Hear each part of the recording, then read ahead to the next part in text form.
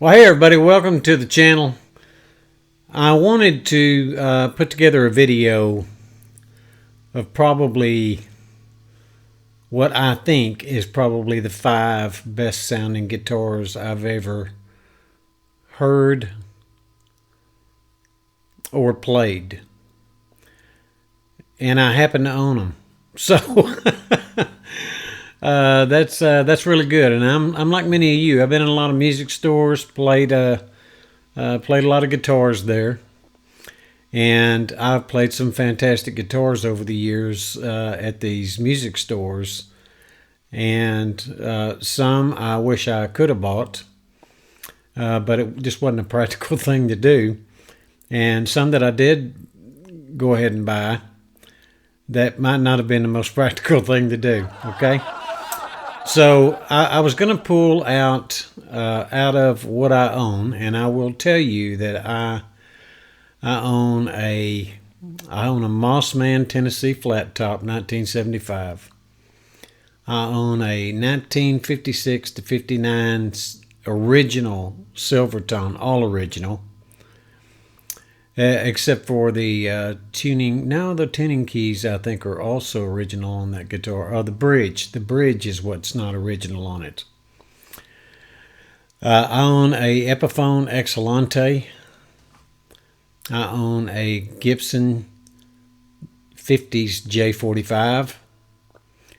I own a Silvertone 319 1969 that Scott Baxendale rebraced. I own a 1960s Stella Triple O that Scott also rebraced. I own a 1958 Harmony that a Monterey that Scott Baxendale rebraced. I own a Epiphone inspired by Gibson Hummingbird. That one's relatively new, 2021, maybe 2020, somewhere in there. I own a Epiphone inspired by Gibson J45. I've got a Recording King RO318, which is the mahogany, solid mahogany back and sides with the Adirondack spruce top. I own a Martin 0015 SM. I own a 12th Root custom PRC that was built for me. And I own one or two more at the moment. I can't remember. They're in the other room. But I wanted to talk a minute about the top 4, let's say the top 4 of those guitars that I just feel like I could never part with, okay? And the very first one up is this 1975 Mossman Tennessee flat top that I picked up not all that long ago. You folks see on the homepage that this is the one that I feature on the homepage for folks coming to the channel because there's so much history behind this guitar. And so I thought I'd do a sound sample on each one and see what you thought listening to all of them back to back, playing one small song. Let me know what you think. Which one of these 4 guitars that I'm going to put up that are guitars that I can't part with that you like the best. Okay? I'm going to tune each one of them before I play them just so there's not any, I don't always do that. I probably should. So...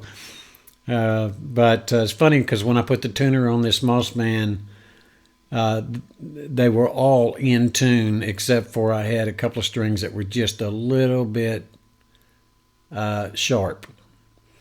And even though it was negligible, I went ahead and tuned it up. Okay? So let's get started and see what we think.